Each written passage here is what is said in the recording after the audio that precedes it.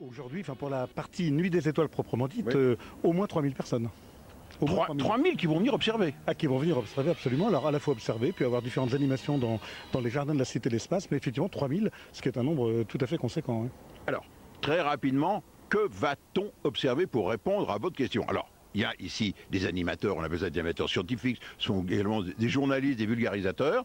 Antoine Bosque, lui, s'occupe plus particulièrement de l'astronomie et du planétarium.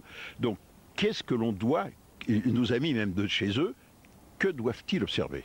Alors, ce qu'il ne faut surtout pas louper, c'est par exemple la planète Saturne qui n'est pas toujours visible. Donc là, c'est un petit bijou dans le ciel.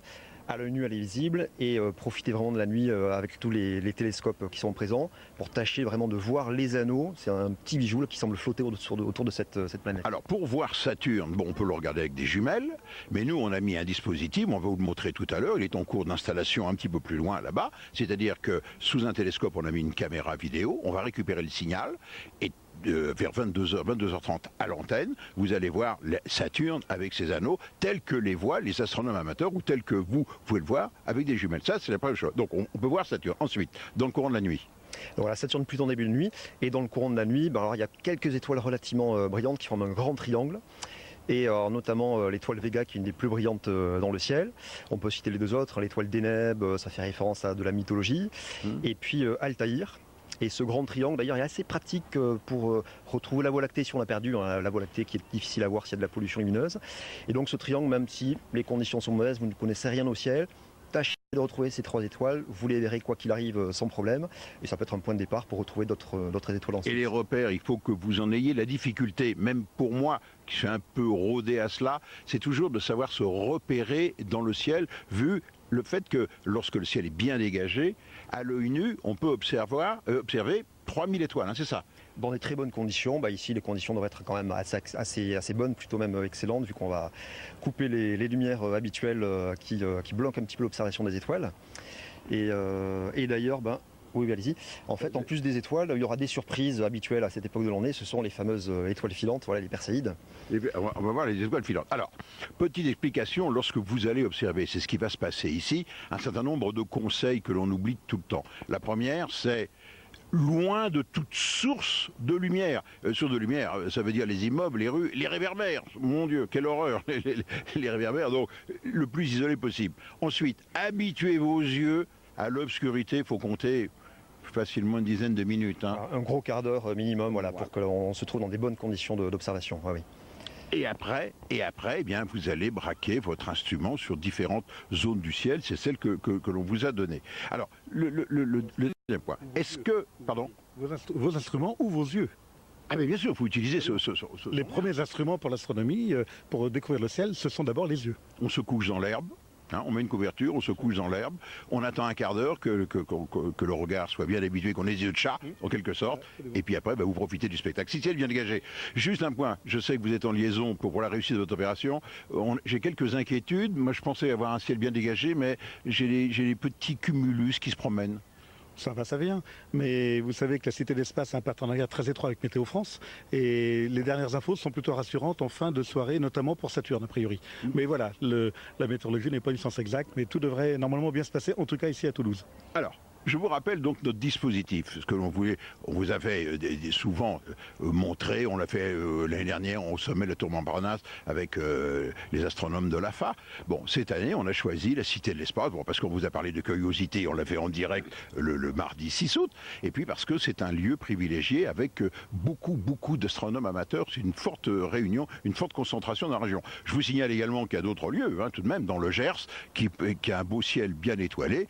Nous n'oublions pas tout de même à Florence, il y a une manifestation d'astronomie. À Florence également, dans le centre de ville, en face le café du centre, là il y a des télescopes qui sont braqués. Donc vous voyez, le Gers, grâce à la pureté de son ciel et l'absence de lumière parasite, est un magnifique lieu d'observation. Alors, dernier point, vous serez avec nous tout à l'heure en direct à 22h, 22h30, on va vous faire vivre l'événement. Dernier conseil. Est-ce que le repère, c'est d'abord retrouver l'étoile polaire pour les gens? C'est un excellent repère. La Grande Ourse. La Grande Ourse, voilà, la Grande Ourse, la fameuse casserole qui permet de retrouver quoi qu'il arrive l'étoile polaire et donc le Nord. Et ensuite c'est parti pour balayer les 4 points cardinaux. Est-ce que l'on peut voir la galaxie voisine de la nôtre, c'est-à-dire Messier 31, Andromède? Est-ce qu'on peut la voir? Alors c'est pas la meilleure période, c'est plutôt en deuxième partie de nuit. Et en deuxième partie de nuit, voilà, on pourrait distinguer une minuscule tache floue dans de très très bonnes conditions. Et c'est notre plus proche voisine qui abrite elle aussi des centaines de milliards d'étoiles. Merci Michel, merci Michel Chevalet, merci également à vos deux invités. 22h30 en direct. Absolument. On allait le dire, on vous coupe la chic, mais on allait le dire. On vous retrouvera à 22h15 pour parler de cette nuit des étoiles. Et elle sera tombée la nuit, il sera temps donc de lever les yeux au ciel. Il brillera de mille feux. On aura peut-être la chance d'apercevoir qui c'est des étoiles filantes. En attendant, restez avec nous sur iTélé. Alors ces nuages, est-ce qu'on peut les voir? Alors là oui, on peut les voir. Vous voyez ce beau cône nuageux en fait qui va jusqu'au golfe du Lion. Alors le golfe du Lion bien sûr, lui n'est absolument pas impacté par les nuages. Pourquoi? Parce que le golfe du Lion a du Mistral et de la Tramontane qui effectivement chasse tous ces nuages. Nous malheureusement le vent tombe. Le vent est à 8 nœuds. 8 nœuds et il va descendre à 4 nœuds. Donc franchement là ça va être très très dur d'avoir un ciel bien dégagé. Donc, si vous voulez, je résume, on avait prévu qu'il y avait des nuages, d'accord, mais qu'il y avait du vent pour le pousser, vous voyez. Tout ce paquet de nuages devait être poussé par le vent de nord-ouest, comme ceci, comme ceci, comme ceci. Nous, on est là. Et bien, regardez, il y a encore tout ça. C'est-à-dire qu'il y a, hélas, je crois que c'est foutu. Alors ça c'est Michel Chevalet qu'on avait enregistré il y a quelques instants. On a établi la connexion avec lui depuis Toulouse et on va aller le voir, Michel, pour lui poser la question. Michel, qu'est-ce qu'on peut voir avec ce ciel couvert? On peut voir déjà des choses un peu bizarres derrière vous. Oui, vous voyez ce que vous voyez à côté de moi. On est vraiment en direct à la Cité de l'Espace à Toulouse parce que par-delà l'absence, j'oserais dire, d'étoiles, parce que le ciel est couvert, vous l'avez bien compris, malheureusement, c'est un spectacle. C'est la fête de la science, c'est la fête de l'astronomie. Et donc, vous voyez, c'est un spectacle. Voilà, c'est les extraterrestres qui sont là. Mais, si vous voulez, ce qui est étonnant, Romain, regardez le nombre de personnes qui sont là. Le public est là, il y a près de 3000 personnes. Autrement dit, ce qui est étonnant, c'est que les gens ne sont pas déçus de ne pas voir les étoiles. Ce que l'on avait prévu, allez, on va vous faire une petite confidence. Attendez, Romain va nous suivre, il y a des problèmes. Ce que l'on avait prévu, c'était de vous mettre une caméra derrière, vous voyez, derrière ce télescope de 200 mm, il y a une caméra vidéo qui est ici, et on recevait les images des étoiles. Autrement dit, on était à la place de l'œil de l'astronome amateur.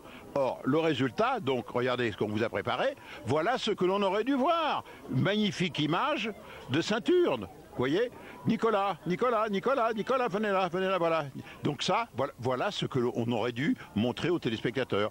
Une très belle image de Saturne vers 21h30, parce qu'après elle se couche, elle passe sous l'horizon. Oui, exactement. Donc là, c'est Saturne telle qu'on aurait pu la voir au télescope. Donc Saturne, magnifique planète, sans aucun doute la plus belle planète à voir dans un instrument.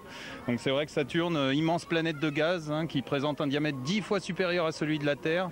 Là, on a les anneaux de Saturne qui sont également magnifiques, principalement constitués de blocs de glace. Donc les anneaux de Saturne, c'est quand même 300 000 km de diamètre. C'est quand même énorme. Et puis cette fête des étoiles, là, cette nuit des étoiles, elle est placée sous les auspices de météorites. Pourquoi? Parce que la Terre traverse en ce moment les vestiges, les poussières laissées par la queue d'une comète, c'est ça. Et c'est pas les céphéides, les Perséides. Ah oui, je me trompe toujours, c'est les Perséides. Les Perséides, et on aurait dû voir donc des traînées lumineuses dans le ciel à raison d'une toutes les minutes à peu près. Oui, c'est à peu près ça. Alors c'est vrai que là, on a un ciel un peu couvert. Cela dit, les Perséides, ça dure quand même plusieurs nuits. Le maximum est prévu le 12 août. Et là, on devrait en voir à peu près une centaine de l'heure. Une centaine de l'heure quand même. Eh bien, vous voyez, c'est pas perdu. Le dernier point. Moi, je voudrais avoir l'avis, par exemple, de monsieur. Vous êtes déçu de ne pas avoir vu il y a les nuages, vous êtes déçu? Non, du tout, pas du tout. Les gens sont très sympathiques, ils nous renseignent, c'est très bien. Voilà, donc vous voyez ici, autrement dit, c'est la fête de la science, et ça on aime ça, la fête de l'astronomie. Et puis le dernier mot revient à Jean-Baptiste Desbois, le directeur. Vous faites une fête de l'astronomie, une fête des étoiles, puis on voit pas les étoiles. C'est raté. Oui, mais pour le public, c'est ce que vient de dire le monsieur, c'est qu'en fait, il y a aussi une belle découverte de l'astronomie, d'avoir envie ensuite de continuer à découvrir le ciel chez soi, dans des clubs d'astronomie, au Pic du Midi, à Florence, dans les clubs qui sont tout autour de nous, partout en France. Et ce qui n'a pas pu être fait aujourd'hui en direct, mais à travers nos animateurs, on a pu découvrir des choses. Ça pourrait être fait demain, après-demain et pendant tout l'été, pendant tout l'hiver ensuite. Et on va finir sur une note optimiste. Eh bien, il paraît que je fais confiance à Météo France cette fois-ci. Il paraît que demain, eh bien, il va faire beau. Enfin, moi je parle pour Toulouse, et même sur toute la France, le siège va être dégagé. Et là, vous allez vraiment en prendre plein les yeux.